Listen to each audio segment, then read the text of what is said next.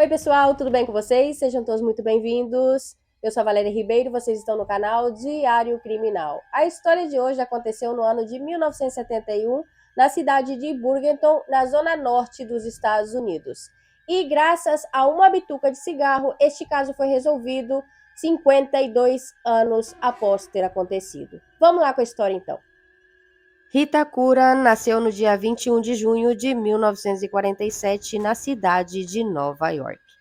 No verão de 1971, com apenas 24 anos, Rita decidiu sair da casa dos seus pais para ir morar em um apartamento em Burlington, que ficava na rua Brooks Avenue, junto com ela, mais 3 colegas de quarto. Rita era professora da segunda série e, durante os meses de verão, costumava trabalhar em um hotel para ganhar um dinheiro extra. Fazia pouco tempo que Rita tinha se mudado para essa casa e estava muito contente. Mas tudo isso mudaria no dia 20 de julho de 1971. Naquela manhã, uma das companheiras de quarto de Rita a encontrou já sem vida no apartamento. A polícia foi acionada e, ao chegar no local, determinaram que Rita tinha sido espancada, asfixiada e agredida sexualmente. Rita tinha muitas marcas de defesa, indicando assim que lutou ferozmente com o agressor, travando assim uma luta violenta. Os policiais coletaram evidências da cena do crime, que incluía uma única bituca de cigarro encontrada perto do corpo de Rita. A polícia também entrevistou vários vizinhos e investigaram centenas de pistas. Entre os vizinhos interrogados estava um vizinho que morava 2 andares acima do apartamento de Rita. O vizinho se chamava William DeRoss e tinha antecedentes criminais, mas ele afirmou que naquela noite ele esteve no seu apartamento com a sua esposa e que eles não ouviram nada. Depoimento que foi confirmado por sua esposa Michelle. Infelizmente, a polícia, mesmo trabalhando duro, na época não conseguiu identificar nenhum suspeito. Na época, Ted Bundy, famoso assassino em série, foi apontado como suposto autor do crime. Na época, o crime de Rita guardava semelhanças com outros crimes cometidos por Ted. Isso levou o agente John Bassett a propô-lo como suspeito. A irmã de Rita chegou a enviar um telegrama para o corredor da morte na Flórida, onde Ted estava detido, perguntando se ele era o autor do crime contra a sua irmã. Mas Ted se recusou a confirmar ou negar a sua culpabilidade. Com o passar dos anos, não se encontrou nada que pudesse ligar a Ted com este crime, fazendo a polícia voltar à estaca zero. Ted mais tarde disse ter matado uma jovem em 1971 em Burlington, quando estava na cidade para obter informação sobre o seu nascimento. Mas no dia 22 de janeiro de 1989, na véspera da sua execução, Ted negou ao agente especial do FBI, William, qualquer envolvimento neste assassinato. No ano de 2014, a polícia de Burlington enviou para análise de DNA as provas coletadas na cena do crime, uma bituca de cigarro.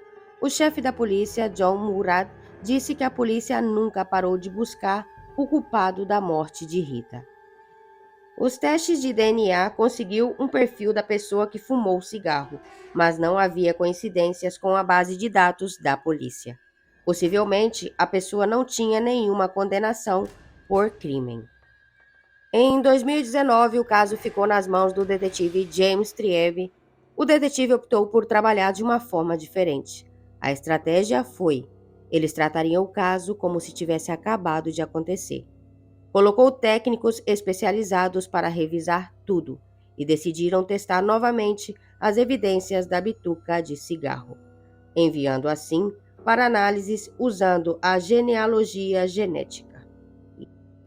Um processo que combina testes de DNA genealógicos com métodos genealógicos tradicionais para encontrar relações genéticas entre indivíduos.